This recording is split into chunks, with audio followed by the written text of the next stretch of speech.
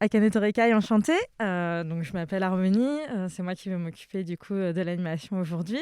Donc pour ceux qui ne connaissent pas, je suis Harmonie. Vous avez Bruno Pham, qui est du coup Bonjour. éditeur chez Akata, et notre autrice Akane Torekai. Bonjour. Est-ce que vous pouvez du coup vous présenter, nous expliquer du coup comment vous êtes arrivé ici dans le manga et votre ressenti sur votre semaine en France? こんにちは。はじめまして。鳥飼茜と申します。漫画家をしています。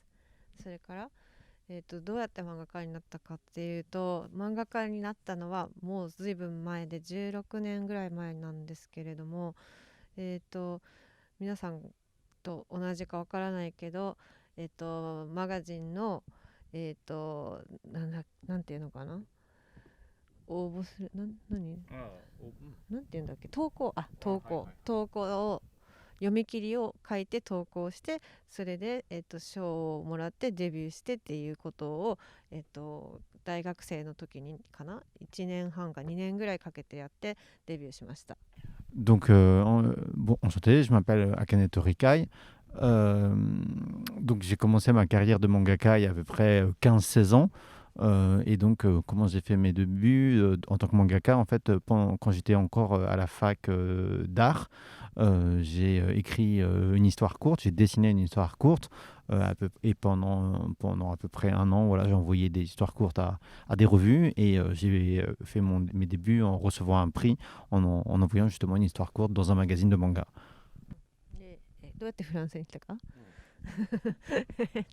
すごい長い時間がかかりましたけど、実はその漫画家でデビューした時に、私は少女漫画の雑誌でデビューしたんですけれども、その時はデビューした、賞としてプライズとして、フランス旅行にデビューした漫画家たちを出版社が連れて行ってくれたんです。だから1回目に私にとってフランス旅行っていうのがそのデビューの記念旅行だったんですが、それからもう連載を1個取るのも本当に大変で、その間子供もできて、仕事ができない時期もあって、でその後は連載を何個も掛け持ちして、ずっと家から出られないような仕事の仕方もしていて、今初めて連載が、全部今ちょっと終わったなので、そのタイミングでアングレームに呼んでもらえて、こうやって皆さんに、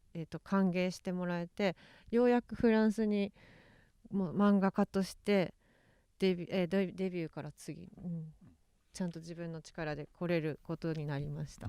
Et donc, en fait, pour vous dire la vérité, c'est pas la première fois qu'elle vient en France. La première fois, en fait, au début de sa carrière, elle dessinait pour des magazines de shoujo manga. Et en fait, ils avaient organisé, son éditeur de l'époque, en tant que prix pour tous les jeunes qui avaient gagné le prix, justement pour commencer leur carrière avec des histoires courtes, un voyage en France. Donc, elle avait participé à un voyage en France organisé par son éditeur en tant que récompense pour avoir gagné un prix. Mais donc dans des magazines de shoujo manga. Après, ça, c'était à peu près 14-15 ans.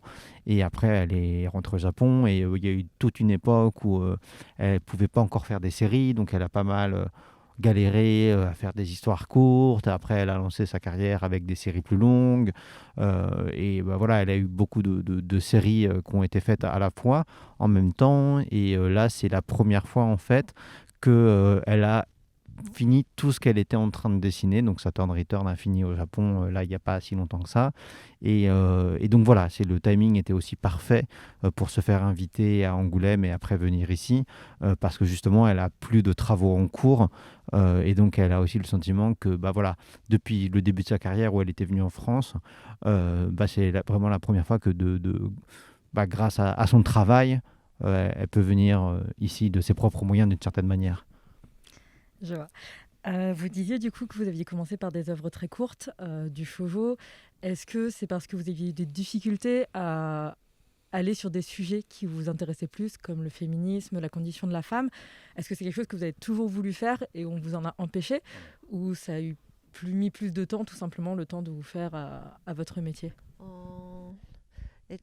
そうですね、最初の方はやっぱり自分がどういうテーマを書くのが向いているのかとか、自分の持ち味特徴を自分で探すのに苦労していて、その時は少女漫画雑誌だったので、とりあえずその恋愛漫画みたいなものをみんなと同じように書いていたんだけども、それがどうしてもあんまり自分に合ってなくって、で雑誌を変えてからようやくなんか自由に好きなことを書いていいっていう風になって、自分がそのちょっと社会的なこと、女性のこととかフェミニズムとかそういうようなことに興味があるんだなっていうのに、後で気づいたかな、と思います多分。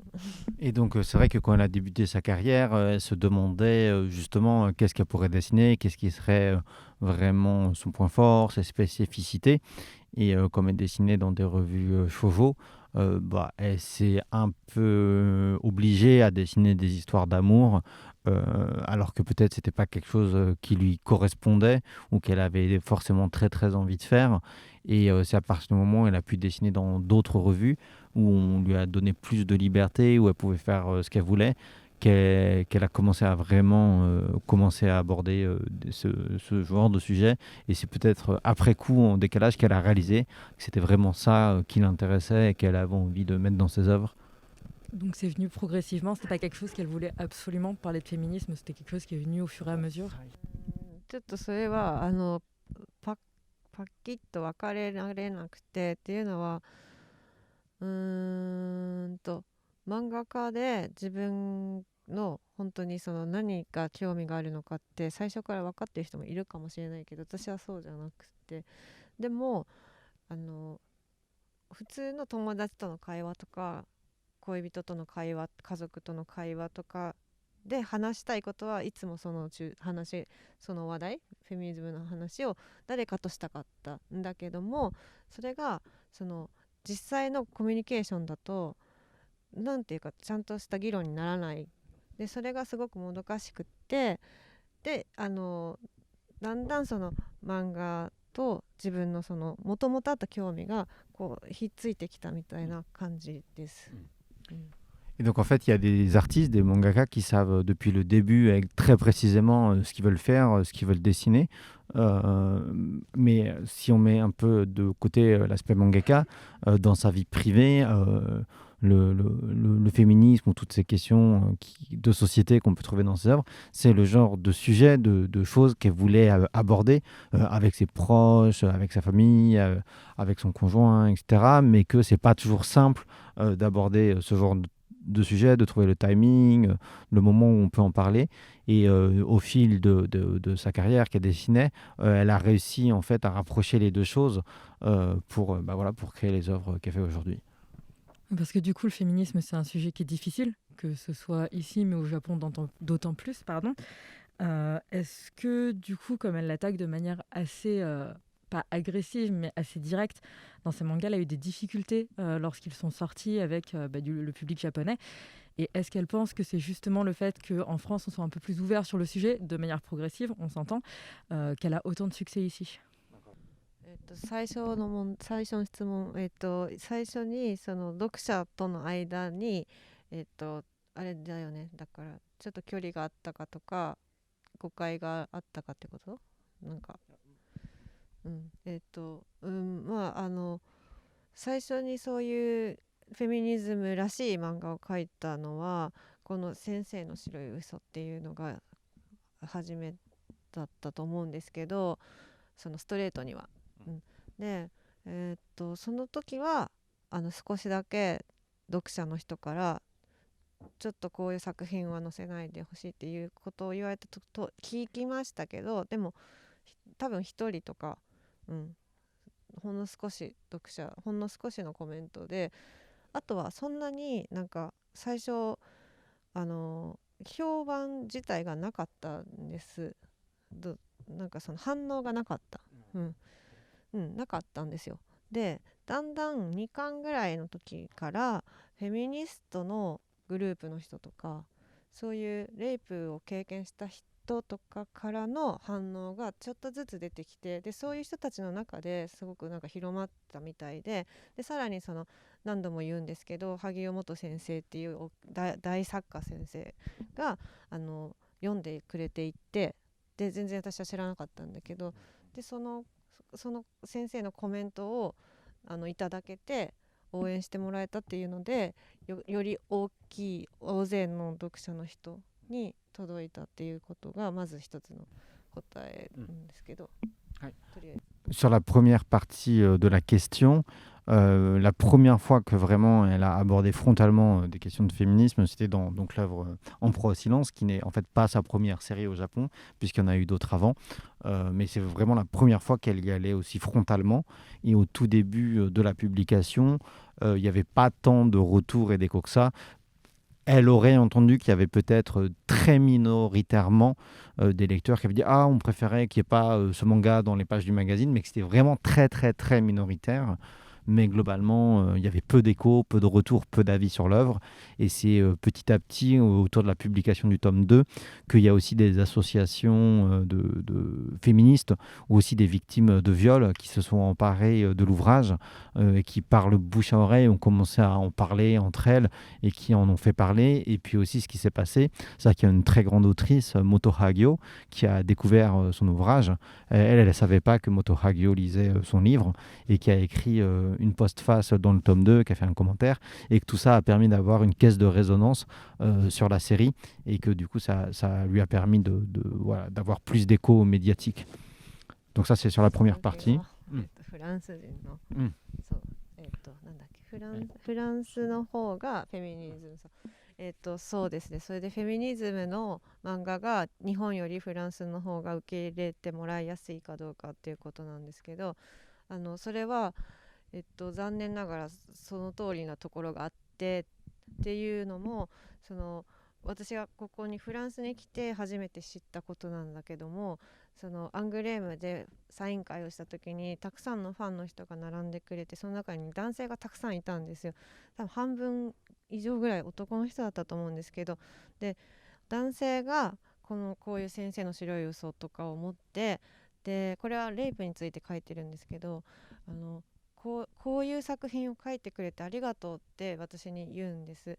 でそれは本当にびっくりして、なぜなら日本人の男性にこれを書いてくれてありがとうって感謝されたことは一回もないし、反応があったとしても、なんか鳥飼さんって怖い漫画を描く人だよねみたいな、女性はやっぱり勇気づけられましたってそういう風に言うんですけど、男性はなんか怖い漫画だねっていう感じで、なんかとかやっぱり悪い悪役の早藤くんのことをあいつは最悪だよねみたいな、やっぱり当事者っていう感覚がないし、フェミニズムが女性の問題で男性の問題とは関係ないっていう風な感じに捉えてる人が本当に多いんだな、日本では。でそれがフランスに来た時にはフェミニズムって両方の問題っていう風に考えられていることですごく感動しました。Et donc, même si c'est peut-être quelque chose par rapport à la deuxième partie de la question, donc savoir si l'œuvre ces œuvres ont du succès en France, peut-être parce qu'on est plus ouvert sur les questions de féminisme. Peut-être que c'est juste effectivement, et c'est vrai que là c'est la première fois que du coup elle vient là en dédicace comme ça, et que c'est effectivement peut-être ce qu'elle s'est dit, parce que par exemple pendant les séances de dédicace, il y avait à peu près la moitié des gens qui venaient pour avoir des dédicaces, qui étaient des hommes, et qui lui disent donc merci d'avoir dessiné ce manga, et que quand même c'est un manga qui parle de viol, et que au Japon, il n'y a jamais un homme qui lui a dit merci d'avoir dessiné ce manga. Il y a des femmes où effectivement on lui a dit, etc., que c'était une œuvre ou des œuvres qui donnaient du courage aux femmes, mais quand des hommes, les retours qu'elle avait des hommes, ils disaient c'est un manga qui fait peur. D'une certaine manière, et que au Japon, d'une certaine manière, on considère le féminisme comme quelque chose juste pour les femmes, mais que en fait, par exemple, le personnage d'Aya Fuji dans la série, qui est voilà, vraiment, c'est pas ses mots, mais le connard de l'histoire, c'est pas ses mots, hein, c'est moi qui l'utilise, mais il n'a pas conscience de ce qu'il fait. Parce que justement, peut-être beaucoup d'hommes au Japon n'ont pas conscience que le féminisme, ça les concerne aussi, et que peut-être qu'en France, on a peut-être plus conscience que le féminisme concerne autant les hommes que les femmes. Et voilà, peut-être que c'est un peu ça. Il y a aussi un effet qu'on est beaucoup plus vocal, peut-être en France aussi, nous-mêmes en tant que femmes, on a tendance à à crier plus fort et à se faire entendre, là où les Japonaises ont peut-être plus de difficultés à se faire entendre. わからないけど、やっぱりそれは日本で意見を言わない人ばっかりじゃなくて言う人ももちろんいるんだけども、なんかちょっとその浮いてる状態っていうか、ちょっとこう距離がある感じっていうのかな、ちょっと変わった人たちっていう感じで、なんかその日常の問題っていう風にあんまり扱われてなくて、でっていうのはなんかその男性の受け取り方をすごく女性は気にするんですよ。だからその男性がそういうフェミニストの女性のことをなんか怖いおばさんみたいな、モテない人のなんか話みたいな感じで扱ったりすると、やっぱりそういうことを言ってると男の人に気に入られないし、男の人に気に入られないと男社会では損なんですよね。だから男の人に気に入られるためにはフェミニズムにあんまり関心ないふりをしたりとか、そういうことを日本はよくするので、それはフランスではそうじゃないのかもしれないし、私もそれは知りたいです。どうでしょう。 Et donc en fait, ce qu'elle dit, c'est qu'au Japon, quand quelqu'un dit les choses très frontalement, peut-être qu'on a tendance à éloigner un peu ça du quotidien, dire que c'est des choses qui sont un peu extravagantes, voilà, qui du coup éloignent du quotidien des gens, et que d'une manière globale, dans une société misogyne, une société faite par les hommes, les femmes ont tendance à vouloir ne pas nécessairement dire ce qu'elles pensent ouvertement, parce qu'elles font très attention à l'avis des hommes, parce que comme c'est eux comme la société comme elle est, si on dit trop frontalement ce qu'on pense, en tant que femme, potentiellement on peut être mis à l'écart. Et qu'à cause de ça, beaucoup de femmes font probablement très attention à plaire, ou en tout cas ne pas déplaire aux hommes, et que donc les questions de féminisme, peut-être que le féminisme a une image, par exemple, d'être comme une grand-mère un peu trop bruyante, ou une tante un peu trop bruyante qui du coup n'a pas de succès, ce genre de choses. フランスではどうですか？その男性の目が気にならないか。 Et donc elle est inversement curieuse de savoir si les femmes font attention justement à la manière dont les hommes vont recevoir leurs avis. Ah, ça va être très différent chez nous dans le sens où ça va dépendre de la femme. Je sais que moi je suis très brutale, pour dire les choses gentiment. C'est vrai qu'on a un féminisme qui est souvent plus engagé, plus agressif. On va avoir un peu de tout, mais c'est sûr qu'on aura plus de facilité, je pense, à dire les choses et à s'imposer. Mais on a nos difficultés forcément parce que société patriarcale, quoi. 私なんか昨日ホテルでテレビつけてたんだけど、おとついかな、テレビをホテルのテレビつけて、なんか女性がすごい怒ってる。そのなんか討論みたいな番組で、ニュース番組かな、わかんない、内容知らない、でもニュース番組みたいなので女性がいっぱいなんか怒ってるんですよ。なんか怒ってなんか喋ってて、わかんないか、日本で女性がテレビで怒ってるのってほとんど見ないんです。Et donc hier, elle a allumé la télé. C'était un programme de news, d'actualité. Alors je ne sais pas lequel. Elle ne peut pas me dire parce que voilà, elle ne sait pas. Et donc il y avait tout un groupe de femmes qui étaient en colère à l'écran. Et elle dit que globalement au Japon, à la télé japonaise, on ne voit pas de femmes en colère à l'écran. Oui, ça ne m'étonne pas spécialement. Après, je ne sais pas si vous étiez d'accord avec ce que je disais sur le fait que nous, justement, on était un peu plus agressives, en général, les femmes, sur le féminisme. Je ne sais pas si les femmes qui sont là sont d'accord avec moi ou pas. Globalement, oui. Globalement, oui, visiblement. Oui, Laska.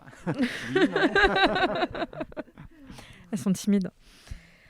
Du coup, je vais rebondir sur ce qu'on disait tout à l'heure avec Moto Hagio, qui parlait du coup de la postface du tome 2 d'Emperoi au silence, où elle disait que vous étiez formidable. Je ne vais pas dire le contraire. C'est quand même une autrice qui est légendaire, en fait. Qu'est-ce que ça vous a fait d'avoir la reconnaissance d'une telle autrice?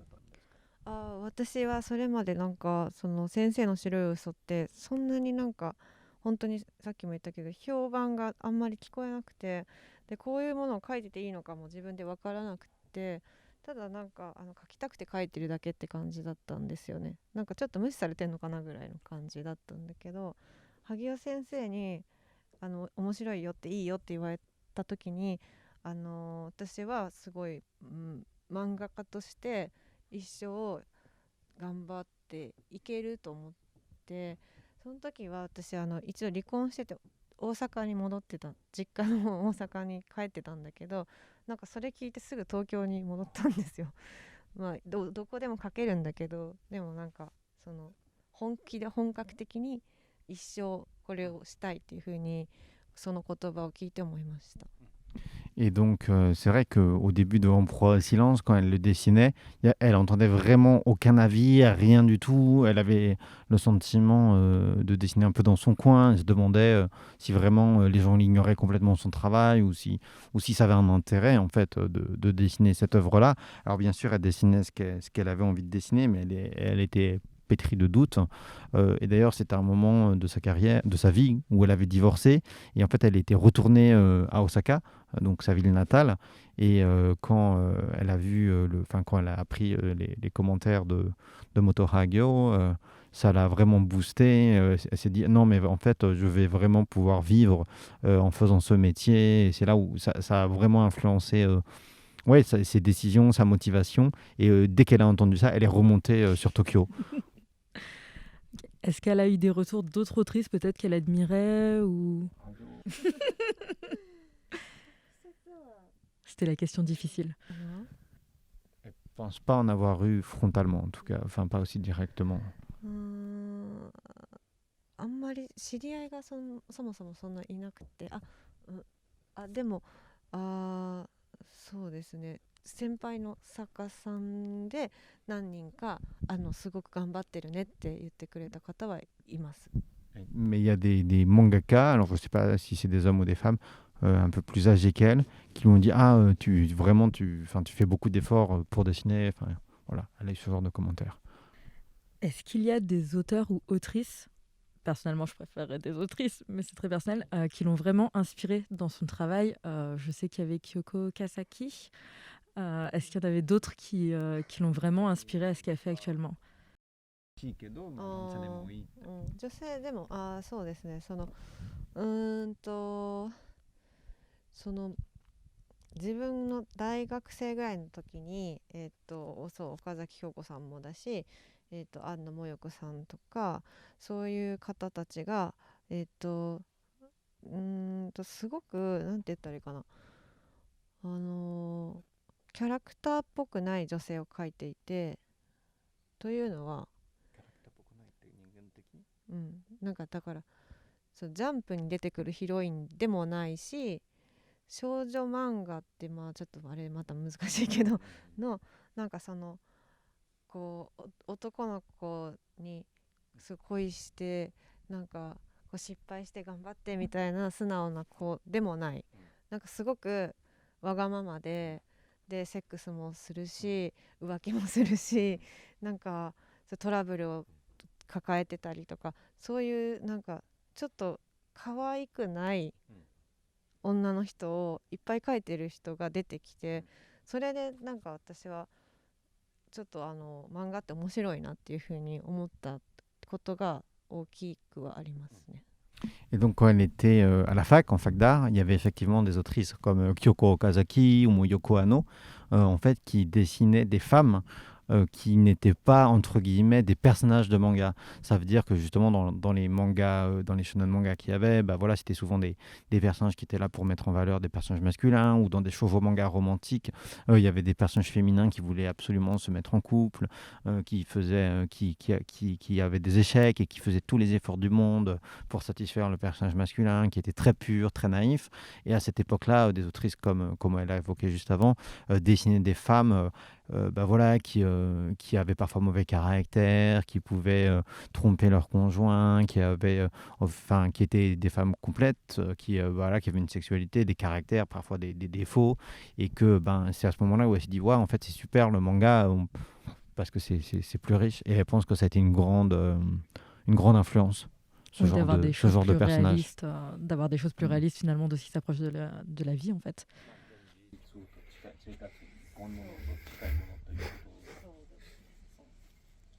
Mais du coup, parce qu'on aime visiblement beaucoup, et je le comprends très bien, les œuvres très engagées, très sombres, est-ce qu'il y a quand même quelques petits plaisirs coupables, des séries qui sont beaucoup plus feel-good, beaucoup plus fun? そうです。この後ブルーノさんが全部出してくれますので楽しみにしててください。Il dit Bruno, il va tout publier, alors soyez patient s'il vous plaît. Je vous prends au mot, je les attends. Bruno? 頑張ってください。Aïe. もう私は書いてま Elle a déjà dessiné, donc il n'y a plus qu'à le faire. す。はい。 Vous n'avez pas encore d'idée pour une prochaine série, là, actuellement? 今全然アイディアがないので、本当にいろんな本を読んだりとかドラマを見たり映画を見たりとかそういう時期なんですけど、一つこのフランスに来たのもすごくいい経験っていうかすごい新鮮なので、もしかしてパリとかフランスとかの漫画を描くかな。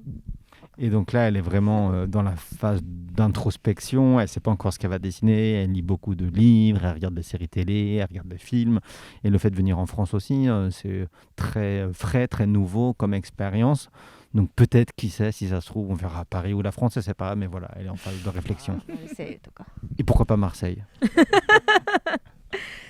On va passer au Q&A. Est-ce que parmi vous, il y en a qui ont des questions que vous aimeriez lui poser? Ouais. Je veux bien prendre ton nom, ton prénom et ta question. J'ai pas mal. Maxime. Ok. Ah non. Moi, ma question, c'est en étant dans le quotidien de mangaka, où on est enfermé à l'atelier, comment trouver l'inspiration en fait au fur et à mesure des semaines en étant coincé dans l'atelier? Alors, du coup, il y a Maxime qui demande, en restant enfermé constamment dans votre atelier, comment est-ce que vous trouvez l'inspiration pour ce que vous écrivez? だからいろんな人がいると思うけど、本当に引きこもってる人も多分いると思う。で、私は子供もいるし、まあそういうなんか私生活でまあ、いろんな出来事があるので、そういうことからもインスピレーションすごくあるし、そうだな、連載してる時って締め切りがあるので、1話書いたら2週間後にはまたもう1話できてないといけないので、休んでいても何かこう次のストーリーを考えている。だからこういう旅行とかは行けなくても毎日ちょっとしたこう散歩とか、ちょっとドラマ見たとか、なんかちょっと誰かと喧嘩したとか、そういうことでもう話をどんどん広げていって作っているんだと思います。Donc elle dit que ça dépend beaucoup des auteurs, des artistes, et qu'il y a beaucoup de types de mangaka. Et il y a probablement et peut-être des mangaka qui restent enfermés chez eux, etc. Mais ce n'est pas son cas à elle. Déjà, elle est maman, donc dans le quotidien, elle a aussi beaucoup de choses à gérer. Et même des toutes petites choses parfois du quotidien, voilà, ça fait qu'elle ne reste pas complètement enfermée dans son studio, de travail. Et puis, comme elle dessine une revue, une série dans une revue, elle a un chapitre à faire toutes les 2 semaines. Et donc, avec le rythme qui est imposé, voilà, quand elle a fini un chapitre, elle ne sait pas encore forcément ce qu'elle va dessiner sur le chapitre d'après, mais de plein de petites choses du quotidien, de petits riens, une dispute avec quelqu'un, quand elle va se promener, quand elle aura regardé une série télé, petit à petit, voilà, de plein de petites choses comme ça, elle peut trouver l'inspiration et construire son histoire au fur et à mesure des chapitres. Quelqu'un? Ouais. Pu être inspiré aussi par d'autres philosophes féministes à travers le monde, comme par exemple en France on a Simone de Beauvoir qui est très connue. Si du coup elle avait peut-être d'autres inspirations, autres philosophes. Est-ce que du coup vous avez en inspiration, pas forcément dans le Japon mais en dehors, des philosophes ou féministes qui vous ont inspiré? 私ちょっと前から今更なんだけど、ジェイン・オースティン読んでて、たくさん本があるんですけど、素晴らしいんです。すごい頭がよくって、フェミニストって頭が良くないといけないってすごく読んで思って、一番感動したの最近の最近っていうか2年ぐらい前からちょっとずつ読んでいて、そういろんなの。Donc c'est peut-être il y a à peu près 2 ans, elle a découvert le travail de Jane Austen et elle a lu beaucoup de ses ouvrages et elle s'est dit et elle a trouvé ça plutôt très cool et elle s'est dit en fait vraiment les personnes féministes, les femmes féministes doivent sont intelligentes, ont besoin d'être intelligentes pour réussir à exprimer tout ce qu'elles veulent exprimer et elle a découvert petit à petit le travail de Jane Austen et elle trouve ça très intéressant. 韓国の小説家はすごい女性の小説家がフェミニズムの人が多くて、本当に日本でもたくさん出してるんですよ。だから韓国の小説をおすすめします。Et après aussi, il semblerait qu'il y a beaucoup de femmes coréennes, des écrivaines coréennes qui sont très féministes et très intéressantes. Et donc, elle en a lu beaucoup et elle nous recommande. Mais bon, là, je sais pas. Et au Japon, c'est des ouvrages qui deviennent des best-sellers a priori. Ah, c'est cool ça. Ouais. J'aurais aimé savoir justement, comme elle a été reconnue par Moto Hagio, est-ce qu'elle-même, de par son travail, comme ça fait 15 à 16 ans maintenant qu'elle fait du manga, est-ce qu'elle commence à avoir aussi le fruit de son travail sur les nouvelles générations? Et est-ce qu'on sent un élan tout simplement au Japon sur ces questionnements-là et la position de la femme dans le milieu du manga? Par son travail à elle. Par son travail à elle. Alors du coup, tout comme Moto Hagio ou Kyoko Okazaki vous ont inspiré, est-ce que vous, après le temps de carrière que vous avez déjà vu des autrices ou auteurs plus jeunes avoir l'influence, de votre influence dans leur travail?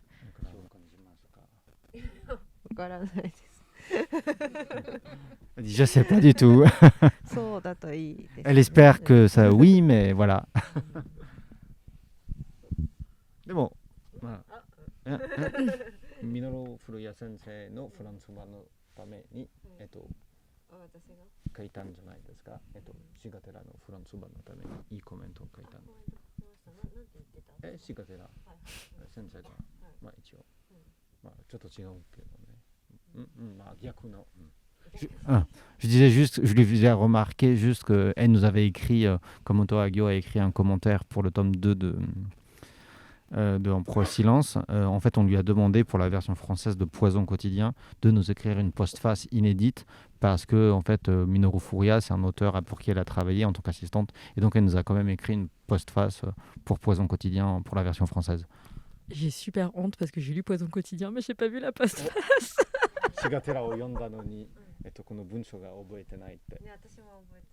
Elle se souvient pas non plus de ce qu'elle a écrit. Oui, c'est rassurant. On avait quelques... Oui.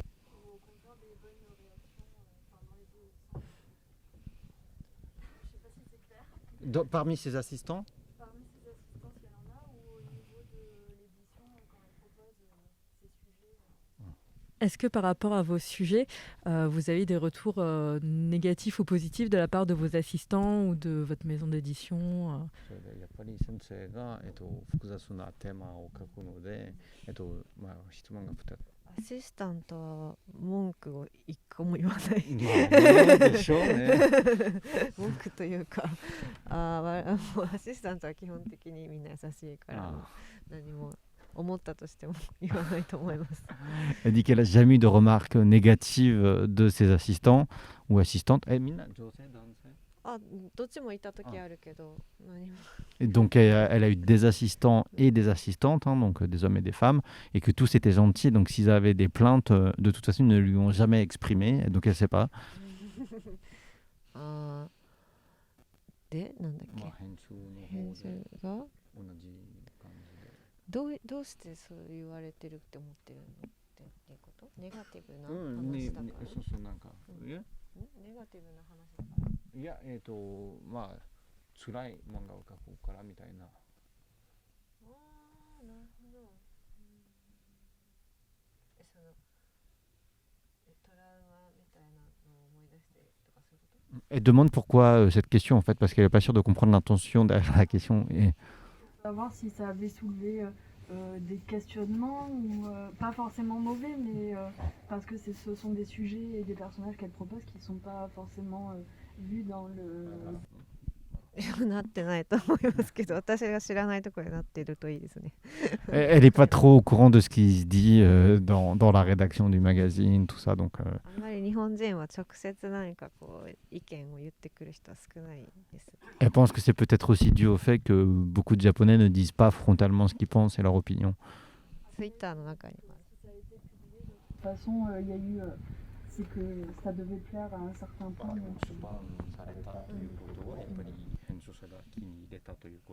まあ、少なくとも担当をしてる人はみんなそのやっぱり共感してくれて一緒に作ってっていう感じでやってました。 Donc effectivement, si c'est publié, c'est qu'à chaque fois, elle a eu un responsable éditorial qui était intéressé par son travail et qui avait envie de travailler avec elle pour publier ce type d'histoire. Donc voilà. Merci. Ouais. Ces mangas abordent des thèmes assez sombres comme le suicide ou le viol. Je veux savoir pourquoi elle se spécialise, mais ces mangas apportent tous des thèmes sombres en fait. Alors du coup, vos séries se basent surtout sur des faits assez sombres, le viol, le suicide. Est-ce qu'il y a une raison à ça pourquoi vous vous spécialisez dans ces thèmes-là? 両方私の知っている人の身に起こったことで、どっちも大事な友達なんです。で、基本的には私は自分の作品をまずは自分のためで、その次は自分の知っている大事な人のためで、その次は私の敵のために書いてる。だからそういうテーマをなんていうのかわざとセンセーショナルだから選んだわけじゃなくて、自分の友達のためというか、その人を思って書いたっていうことです。 Donc en fait, que ce soit le thème du viol ou le thème du suicide, c'est des choses qui ont touché des proches à elle. Et donc c'est pour ça qu'elle va sur ces sujets-là. Quand elle dessine, la première raison pour laquelle elle dessine, c'est qu'elle dessine pour elle. La deuxième source de motivation, c'est ses proches. Et la troisième source de motivation, c'est de dessiner pour ses ennemis. Et donc effectivement, voilà, quand il y a eu des gens précieux pour elle, qui ont été touchés soit par des agressions sexuelles, des viols ou par le suicide. Et c'est pour ces raisons-là en fait qu'elle a été sur ces sujets-là. Son objectif, c'est pas de faire forcément un truc sensationnel pour faire un truc sensationnel, mais parce que voilà, ça concernait des gens qui étaient précieux pour elle. Alors je suis désolée, il avait tout à l'heure déjà, je l'ai zappé. Dis-moi. Enfin, dis-nous. Votre public français retiendra de votre venue plusieurs choses. Évidemment votre disponibilité, votre gentillesse, le plaisir de la lecture et de la relecture de vos œuvres. Mais vous, que retiendrez-vous, que ce soit une ou plusieurs choses, de votre deuxième voyage en France? C'est ok. Alors du coup, le public français va retenir beaucoup de choses de votre venue, votre gentillesse, votre accessibilité, les relectures différentes de vos œuvres. Qu'est-ce que vous allez retenir de la France, enfin de votre deuxième voyage en France? どのような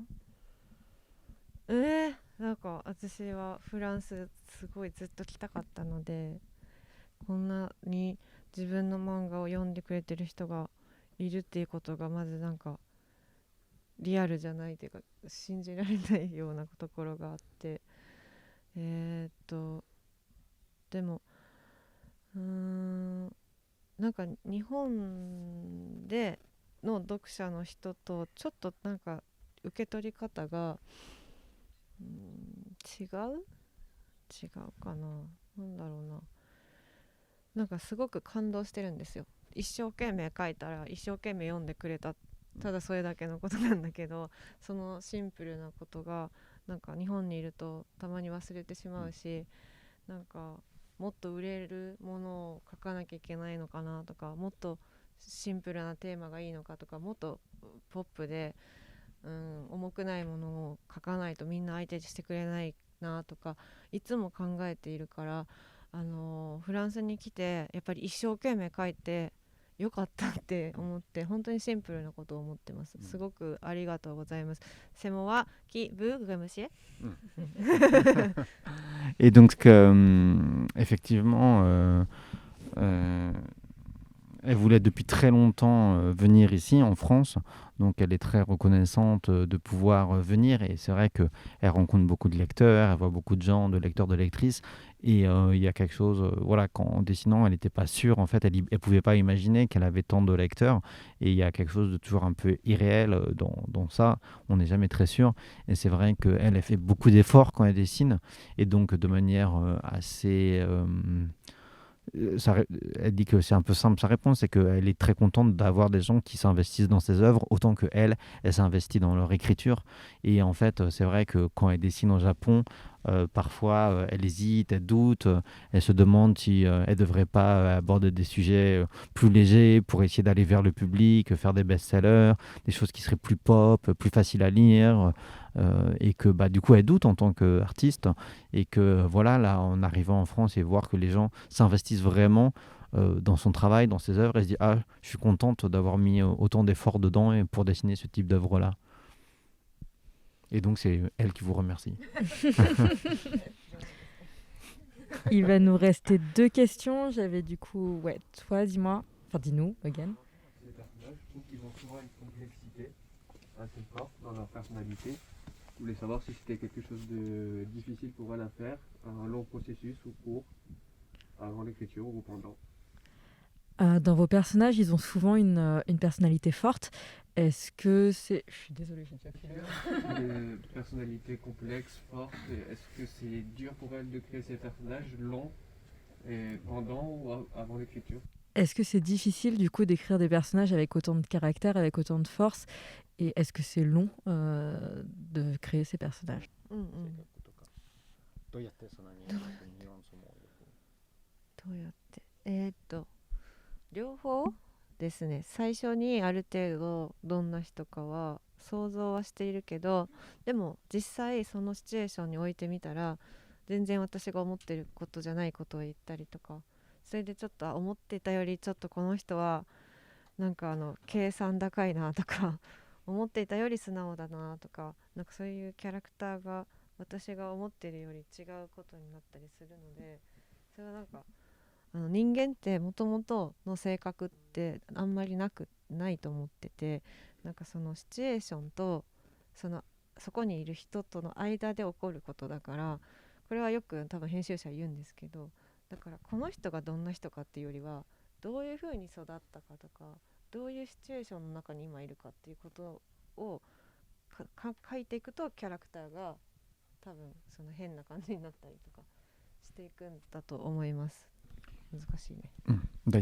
Et donc, ce qu'elle dit, c'est c'est un peu des deux. Ça veut dire qu'elle prépare avant, évidemment, elle crée les personnages, elle imagine leur caractère, qui ils sont.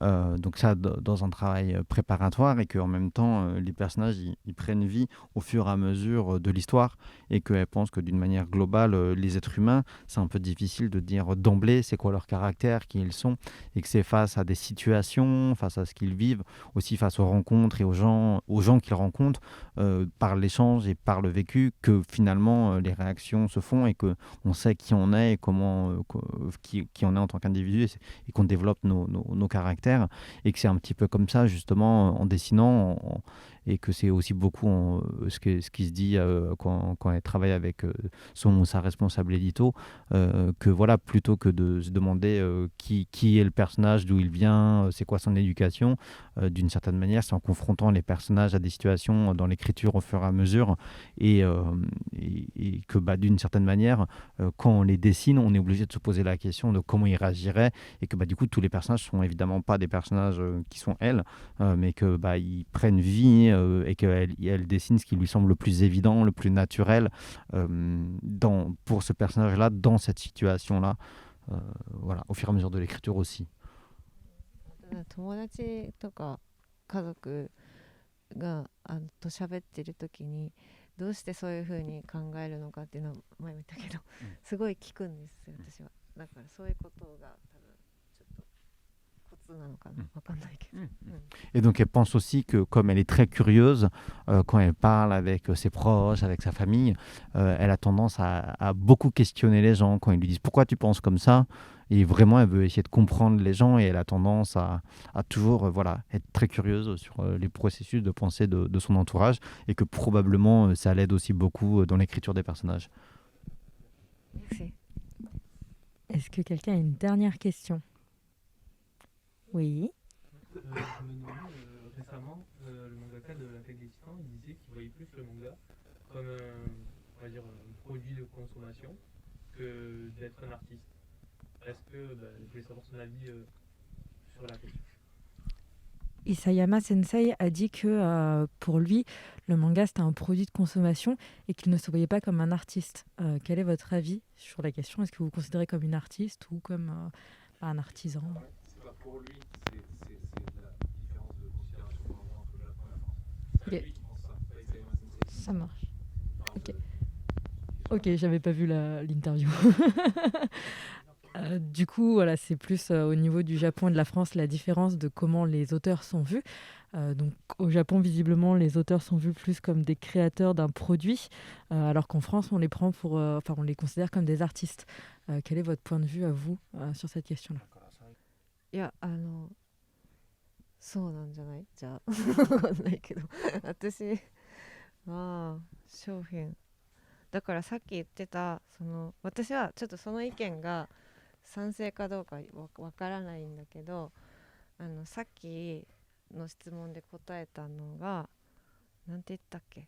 日本で漫画描いている時にもっとポップじゃないとか、もっと簡単な話にした方がいいのかなとかちょっとテーマがヘビーすぎたかなとか、そういうのは全て商品としてです。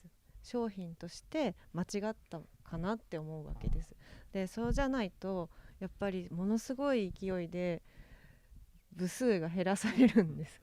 で諫山先生とかはもう私なんか本当に何万倍知らないけど何百倍も稼いですごいお金持ってると思うけど、そういう人がもしそういうふうに思ってるなら本当にもそうなのかもしれないし、私がその世界を見てないから私はすごいもっと小さい世界で漫画を描いてるけど、それでもやっぱりこのまま漫画家として日本で生活していくのにちょっと不安があるぐらいだからそれはやっぱ自分は商品になりきれてないっていう不安がいつもあって、でもこうやってさっきも言ったけどフランスの読者の人はこれが好きって言ってくれるから、だから、自分はその商品を描きたくて漫画家になったわけじゃないし